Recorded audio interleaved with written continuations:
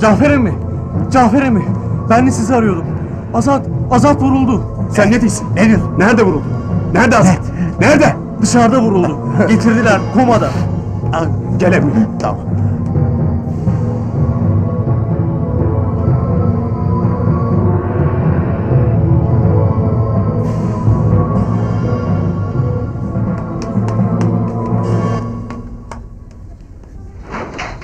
Azat ağamı görmek istiyorum. Hayır lütfen, ameliyatta. Hastamızın durumu Azat iyi. ağamı Lütfen, görmem ameliyatta yasak. kendisi. Lütfen, Azat, lütfen. Durumu iyi mi? Yasak. Ameliyathane yasak. Lütfen. Azat ağamı görmem lazım. Giremezsiniz.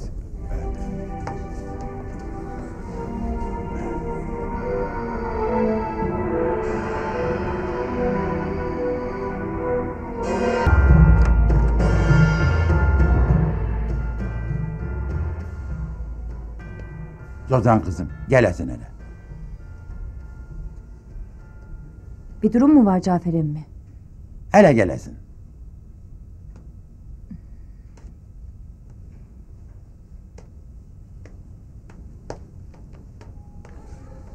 Azat'ı vurmuşlar. Ne? Azat'ı mı vurmuşlar? Azat! Zozan! Azat! Zozan!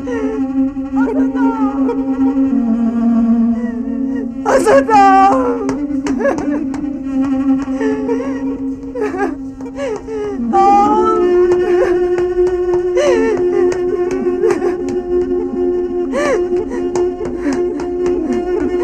Alişir! Ne oldu Azat'ıma? Sakin ol. Sakin ol, kendine gel. Kendine gel. Zozan. Zozan kendine gel. Zozan. Ben Azat'sız Zozan. ne ederim? Zozan. Zozan kendine Ben gel. Azat'sız Kendine ne gel. Azat iyidir. Azat iyidir. Kızım, Direşen haber sana! Metin ol kızım. İyi de Metin ol. mi Azat kurtaran? iyidir. Azat kurtulacak. Metin ol kızım. Azat kurtulacak. Azat iyi. Ameliyat devam İyi ediyor. olacak inşallah. Kurtulacak. Azat kurtulacak.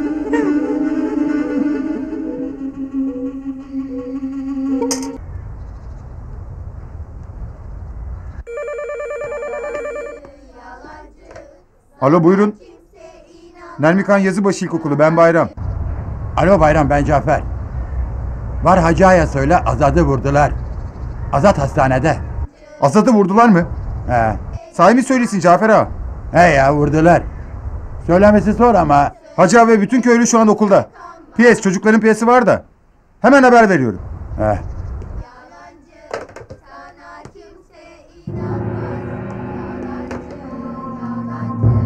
Sözüne kimse kanmaz.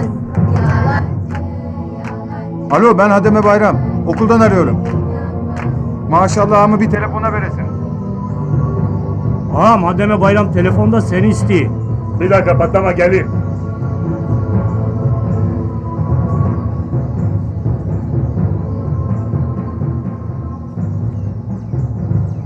Ne diyorsun Bayram? Cafer okulu aradı ağam. Azat vurulmuş. Gözün aydın. Ne? Ölmüş mü? Onu bilmiyor. Cafer hastanede dedi. Bilgin olursa beni ara. Olur ağam. Azat'ı vurmuşlar. Azat'ı vurmuşlar. Ay, Azat'ı vurmuşlar. Hacı ağa, Hacı ağa, Azat'ı vurmuşlar. Azat'ı vurmuşlar. Şehirde Azat'ı vurmuşlar. Hastaneye kaldırmışlar. Azat mı vurulmuş? Nerede?